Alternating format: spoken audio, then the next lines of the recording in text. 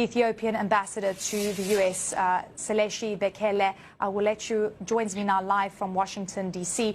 Ambassador, really good to see you. Thank you so much for taking the time.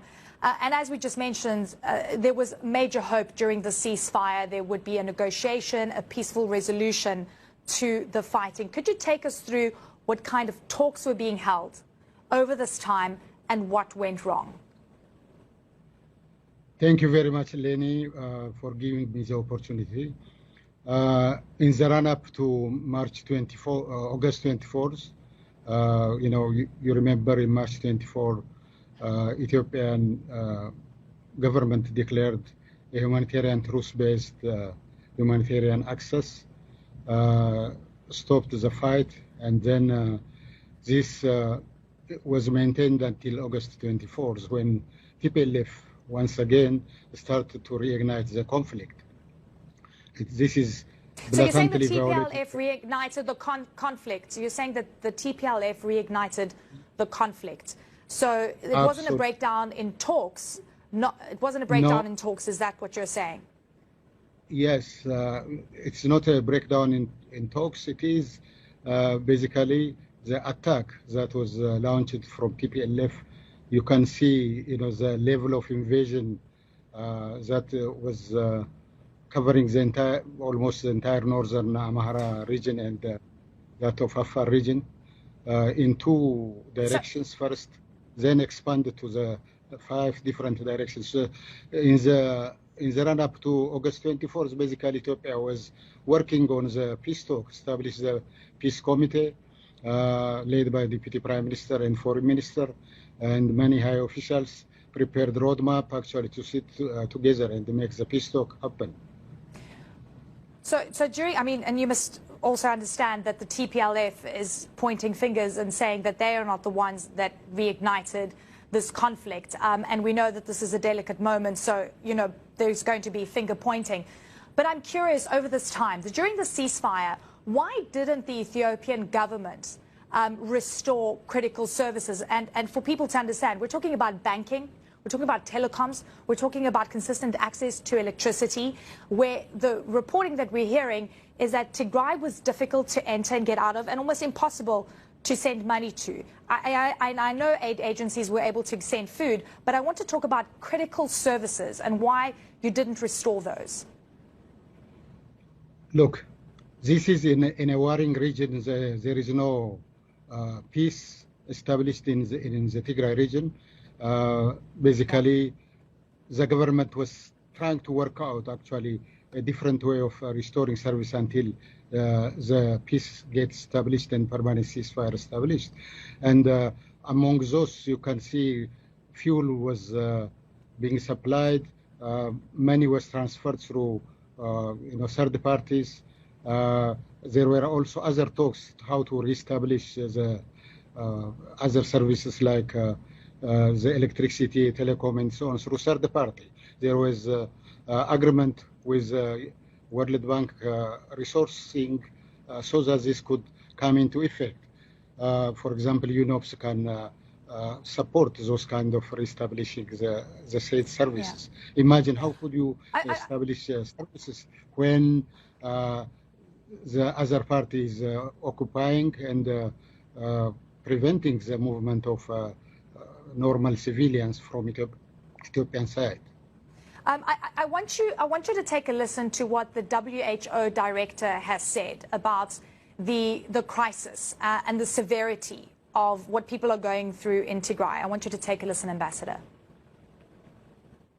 I can tell you that the humanitarian crisis in Tigray is more than Ukraine, without any exaggeration. Nowhere on earth 6 million people are sealed off. Nowhere.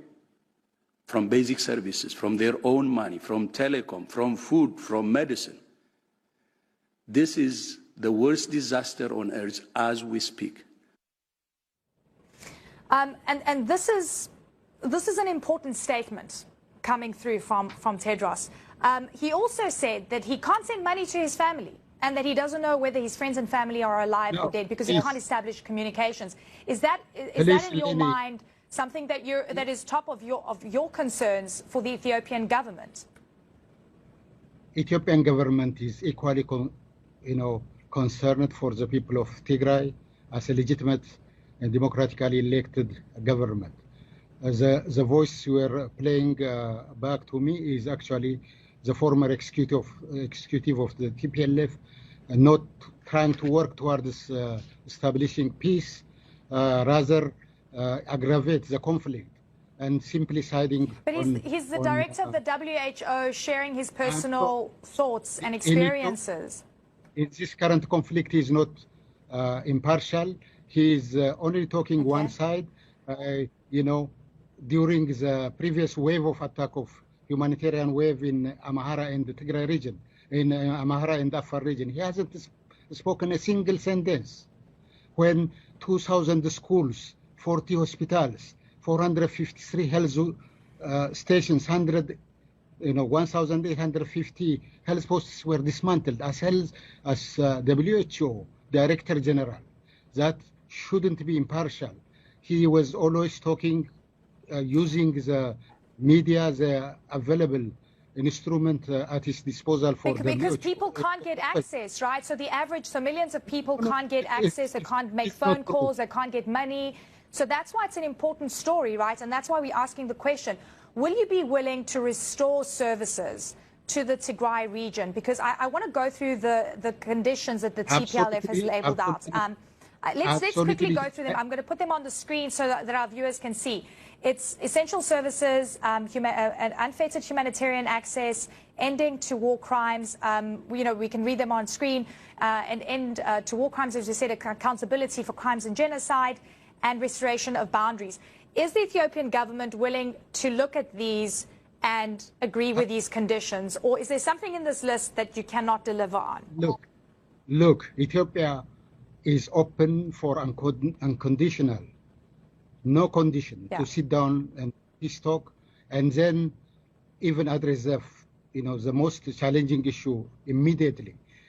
For example, if service is the most priority, it is ready to prepare that and work out that. But please understand that the services, those which are possible without involvement of human being, have been given. For example, fuel.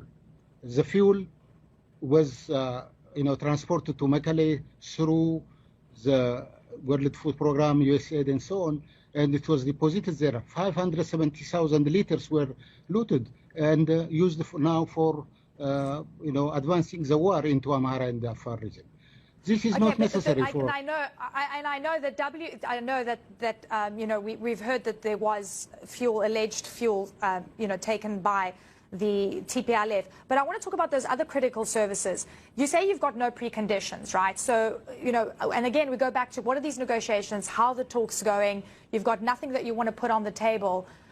So then why would the negotiations break down in your mind? What do you think the biggest sticking point is, so that we can go through these themes to figure out what the lasting and peaceful solution is? Negotiation didn't take off. The hindrance, this is simply a tactic, taking this humanitarian service, which is a sensitive issue, as a precondition, while you need technicians to get into the region, repair the damage, and so on. In the first 8 months when the National Defense Force was there and protecting the workers, these were restored, investing billions of birr, or about $2 billion. This was made possible. How do you protect these technicians? We lost few of them during the previous period. Ambassador, a hospital was hit in Tigray last week. Could you give us details on this and what your response is to this? Because the TPLF says it was the Ethiopian government. What I know is it's not true. It is a propaganda. Hospital was not hit.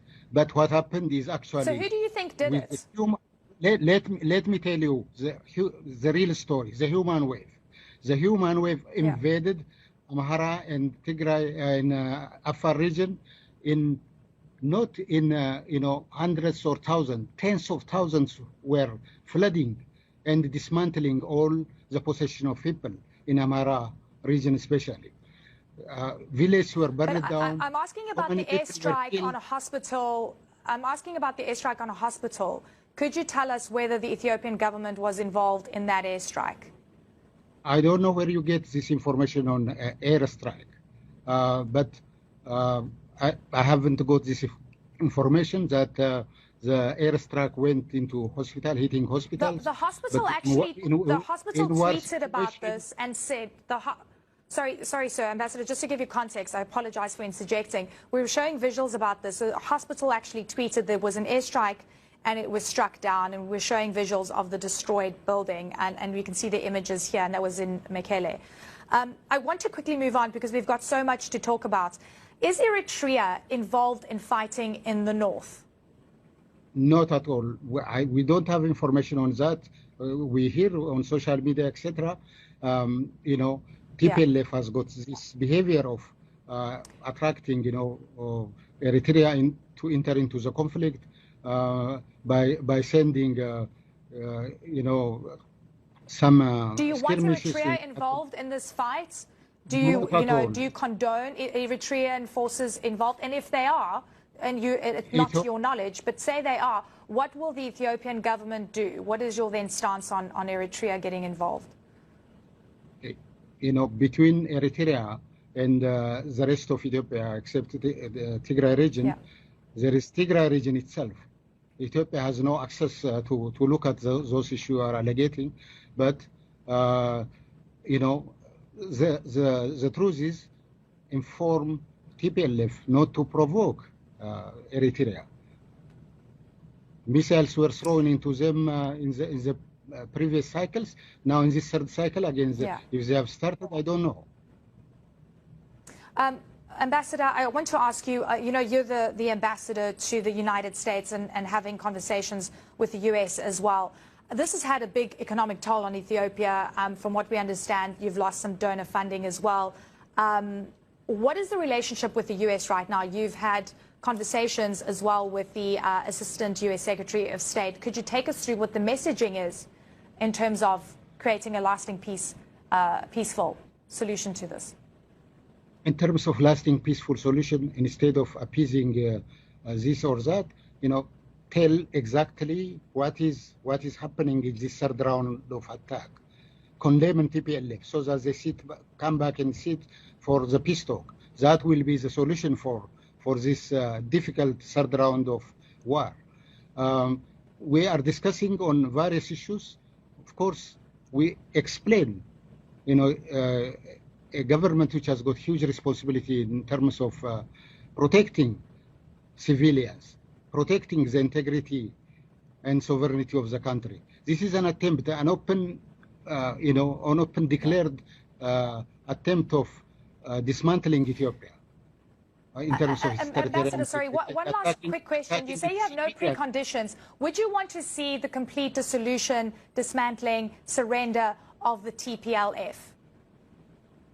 That would be, part of the peace talk. It's not, to. So that is a condition then that you would have. You don't have that condition, or you would want that condition? We don't have any condition for peace talk. We have open arms. Okay. Just we have to sit Ambassador, down. thank you very much. I appreciate it. I know it's a complex conversation. There's so much to go through, and I really appreciate you joining us today. Thank you so much for your time. Thank you, Ambassador. Thank you very much.